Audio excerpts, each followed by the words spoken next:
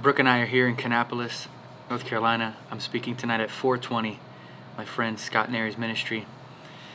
On the plane, I read much of Andrew Bonner's biography, and listen to this.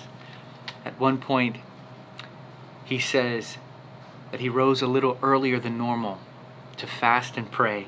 He says, I see that fasting and rest, along with prayer, should go together. The effect upon the body and soul is somewhat like affliction. It brings down the tone of the spirit, subdues the flesh, draws off the soul from self-complacence, and makes the flesh unsatisfying.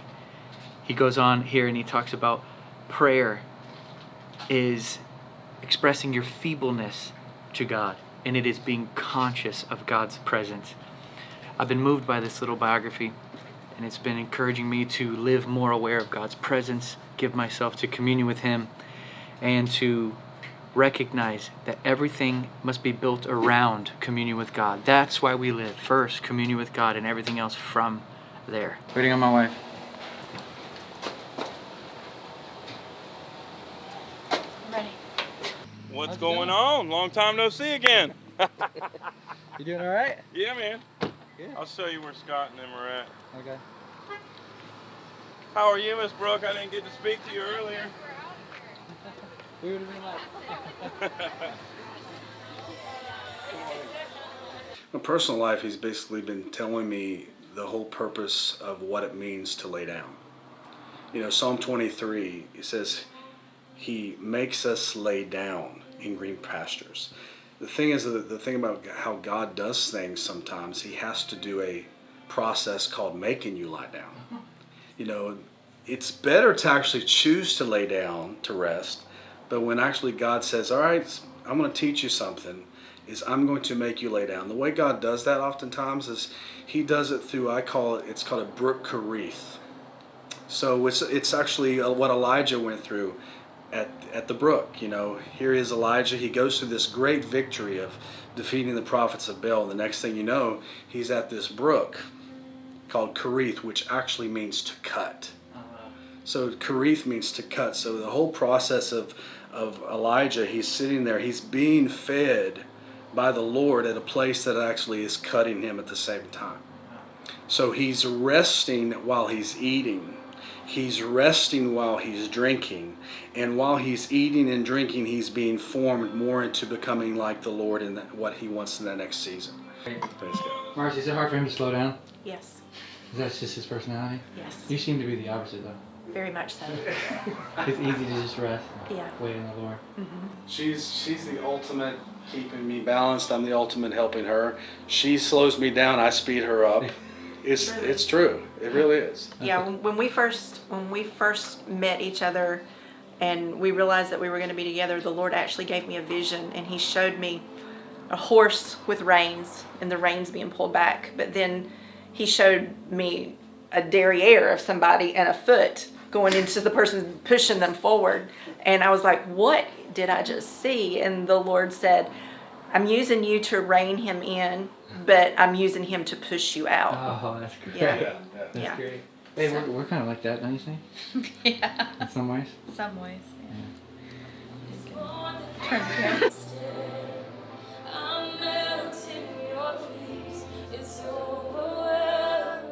So I preached on enjoying the Lord and telling them that our joy in life comes from our enjoyment of God. If we're suffering with lack of joy, it's because our communion with God is suffering.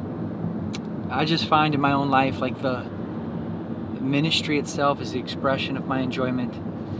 Fruit that comes from my life comes from the enjoyment of God. If we remove the enjoyment of God, we have lost the new covenant. The new covenant is the restoration of God and man finding pleasure in one another. We're heading to the morning service here at 420. I think the building is actually called the Hub. But was thinking this morning on Andrew Murray's oratory was of the kind that men willingly go into captivity. And Jesus' words were of the kind where they said to him, of him, Never did we hear a man speak like this. All throughout the Bible, God has used men who give words to people, His words to people. Tozer said, the church waits for the tender voice from the man who has gazed upon the one, has penetrated the veil and gazed upon the wonder that is God. May God raise up orators, divine orators, who have heard, seen God, and speak for Him. Quick coffee stop. I don't like Starbucks, but when I do get Starbucks, I get a double shot Americano, tall, ristretto shots with room. Turn right onto Concord Parkway. Babe, hold your coffee. What do you get, babe? Grande Pike Place with cream and sugar.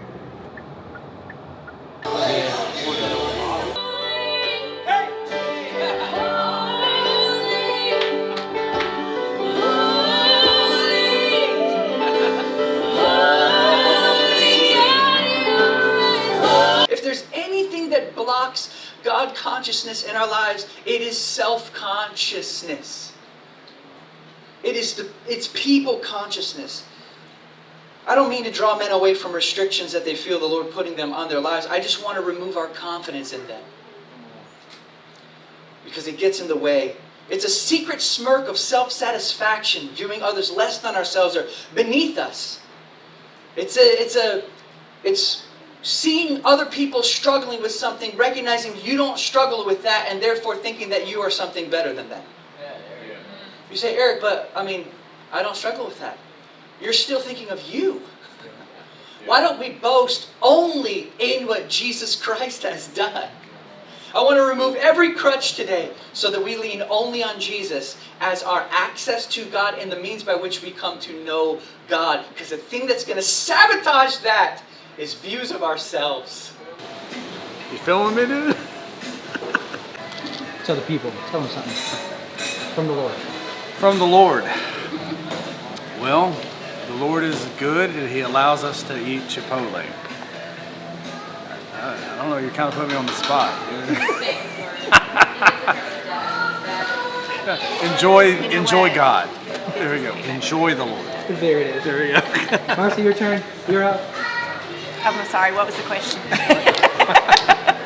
Tell the people something from the Lord or about the Lord. Something from the Lord or about the Lord.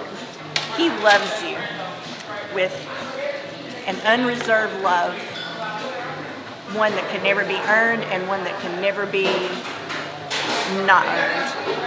He loves you. Absolutely. What'd you get there, babe? Oh, you know what I forgot? Vinaigrette.